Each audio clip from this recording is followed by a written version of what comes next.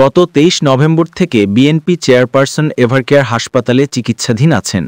অধ্যাপক শাহাবুদ্দিন তালুকদারের নেতৃত্বে দেশি বিদেশি চিকিৎসকগণদের সমন্বয়ে মেডিকেল বেগম জিয়ার চিকিৎসা সেবায় কাজ করছেন। গত 27 নভেম্বর থেকে এভারকেয়ার হাসপাতালের ক্রিটিক্যাল কেয়ার ইউনিটে খালেদা জিয়া চিকিৎসাধীন আছেন।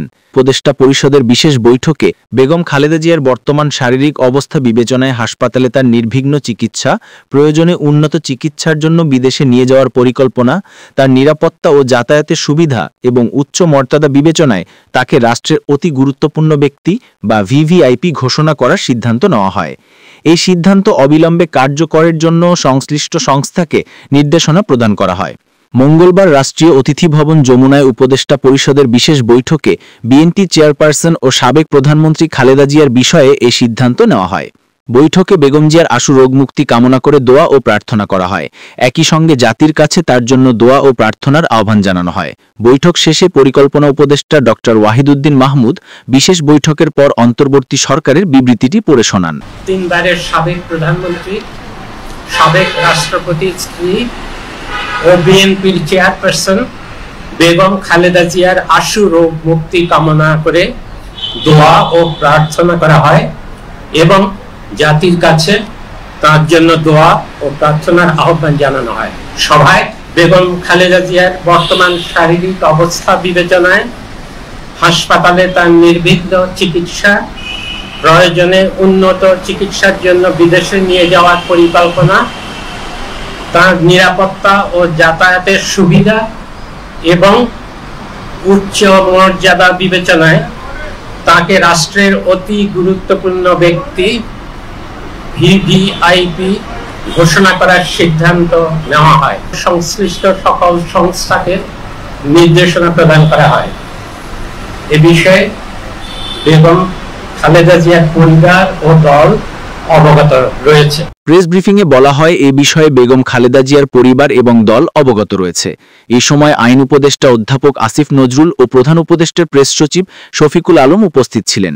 এদিকে মঙ্গলবার এভারকেয়ার হাসপাতাল ফটকের সামনে এক প্রেস ব্রিফিংয়ে সাবেক প্রধানমন্ত্রী ও বাংলাদেশ জাতীয়তাবাদী দলের চেয়ারপারসন বেগম খালেদা জিয়ার ব্যক্তিগত চিকিৎসক ও দলের স্থায়ী কমিটির সদস্য ডাক্তার এজেডএম জাহিদ হোসেন জানান, বর্তমান আল্লাহর অশেষ মেহেরবানিতে ডাক্তাররা যে চিকিৎসা দিচ্ছেন সেই চিকিৎসা বেগম জিয়া গ্রহণ করতে পারছেন। আমরা এই সংকটময় মুহূর্তে আপনাদের মাধ্যমে দেশবাসীর কাছে ওনার সুস্থতার জন্য দোয়া চাই এবং আল্লাহ রব্বুল আলামিন যাতে দেশবাসীর দোয়া, সারা পৃথিবীর অনেক মানুষের ওনার প্রতি ভালোবাসা এবং দোয়ার কারণে হয়তোবা উনি এই যাত্রায় সুস্থ হয়ে উঠবেন বলে আমরা আশা করি।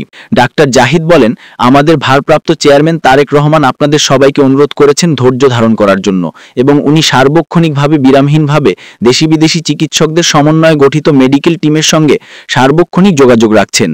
তিনি বলেন, দলের নির্ধারিত ব্যক্তি ছাড়া কারো ব্রিফিংয়ে কান দেবেন না। কোনো ধরনের গুজবে কান না দেওয়ার জন্য আপনাদেরকে অনুরোধ করছি এবং দেশনেত্রী বেগম খালেদা জিয়ার জন্য সুস্থতার জন্য আপনাদের মাধ্যমে দেশ তথা সব ধর্মের মানুষের প্রতি আমরা আহ্বান জানাচ্ছি। ওনাকে গত 27 তারিখ থেকে সিসিইউতে উনি চিকিৎসাধীন আছেন। আল্লাহর অশেষ মেহেরবানিতে ডাক্তাররা যে চিকিৎসা দিচ্ছেন সেই চিকিৎসা উনি গ্রহণ করতে পারছেন, অথবা আমরা যদি বলি মেনটেন করছেন।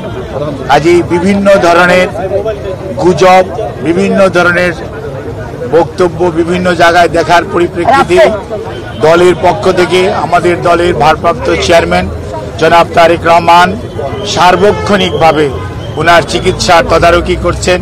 চিকিৎসার সমস্ত বিষয়ে উনি দেশি বিদেশি চিকিৎসকদের সাথে আমাদের মাধ্যমে যোগাযোগ রাখছেন। দলের মহাসচিব এবং দলের স্থায়ী কমিটির সদস্য সহ সারা দেশের মানুষের ন্যায় প্রধান উপদেষ্টা পরিষদের সদস্য এবং বাংলাদেশ অন্তর্বর্তীকালীন সরকার সার্বক্ষণিকভাবে ওনার চিকিৎসার ব্যাপারে যথাযথ সহযোগিতা এই হাসপাতালের চিকিৎসক, নার্স এবং সকল কর্তৃপক্ষকে দিয়ে যাচ্ছেন এবং আমরা অত্যন্ত কৃতজ্ঞ। আমাদের বন্ধুপ্রতিম দেশ যারা, অর্থাৎ আমেরিকা বলেন, ইউকে বলেন, পিপলস রিপাবলিক অফ চায়না বলেন, কাতার বলেন, আর সৌদি আরবিয়া বলেন, পাকিস্তান বলেন, ইন্ডিয়া বলেন, আমাদের অনেক সরকার এবং রাষ্ট্রপ্রধান এই চিকিৎসার ব্যাপারে তাদের সহযোগিতার হাত বাড়িয়ে দিয়েছেন।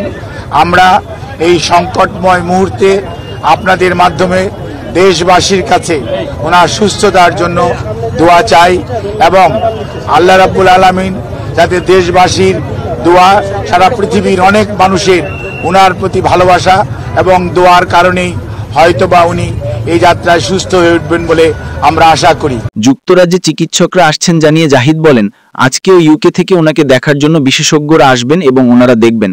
দেখার পরবর্তীতে ওনাকে ট্রান্সফারেবল হলে, আমাদের যদি ট্রান্সফার করার প্রয়োজন পড়ে ওনার মেডিকেল বোর্ড মনে করে, তখনই ওনাকে যথাযথ সময় ওনাকে চিকিৎসার জন্য দেশের বাইরে নিয়ে যাওয়া হবে। আমাদের সকল প্রস্তুতি আছে, কিন্তু সর্বোচ্চটা মনে রাখতে হবে যে রোগীর বর্তমান অবস্থা এবং সর্বোপরি মেডিকেল বোর্ডের পরামর্শের বাইরে কোনো কিছু করার সুযোগ এই মুহূর্তে আমাদের নেই। আমাদের সরকার ও রাষ্ট্রপ্রধান এই চিকিৎসার ব্যাপারে তাদের সহযোগিতার হাত বাড়িয়ে দিয়েছেন। ডেস্ক রিপোর্ট, বাংলার গেজেট।